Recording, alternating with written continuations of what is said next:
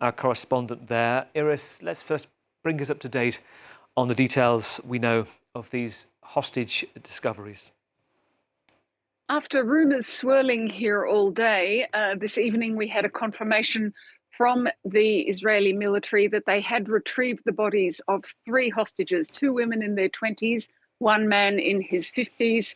Israeli media is reporting that they were actually found after a military operation at Jabalia in the north of the Gaza Strip, based on intelligence provided by some part of that intelligence coming from interviews with Nukba, that is Hamas operatives who came across on October the 7th and were arrested, so part of that attack force. What we know is that 2 of those families had no idea of the fate of their loved ones. They knew they had been taken from the Nova Music Festival on October the 7th, but they didn't know what happened to them after that. I have just seen actually heartbreaking footage of the mother of 28-year-old Amit Buskila from months ago now saying, "Please bring back my daughter, bring her back alive. I only have one daughter, bring her home to me."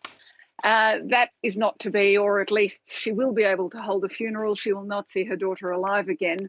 The family of Shani Louk, the other girl who was killed, was in her 20s also, from Tel Aviv, and her fate has been followed in the state of Israel since October the 7th because her body was seen being taken.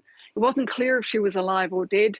There's an image of her, very famous inside Israel, of her in a white tender, a pickup truck with Hamas fighters sitting with their feet on top of her. So her fate since October the 30th has been known to her family. The Israeli military confirming to them then, so 6 months ago now, that she was no longer alive.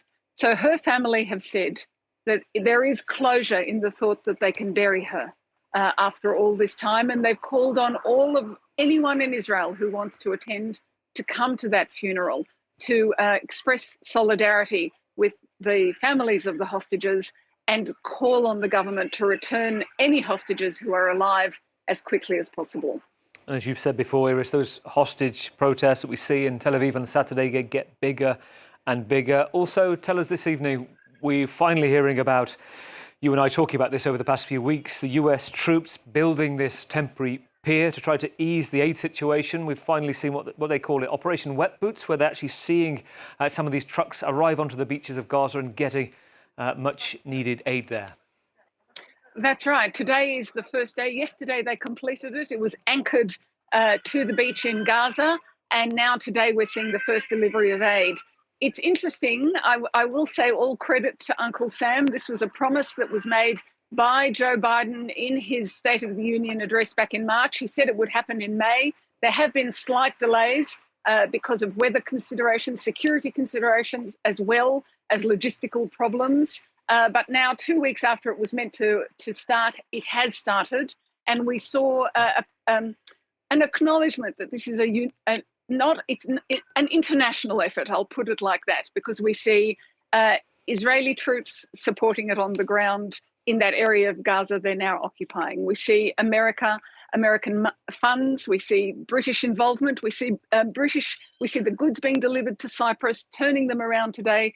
500 tons of goods coming in. It's going to be 90 trucks a day, rising to 150 if all goes well. So everybody says that it is remarkable that this is going to be done. However, 150 trucks a day is not enough, and no one, even the British who are involved in actually driving the material in where it will be picked up from the beach by local aid agencies and delivered that way.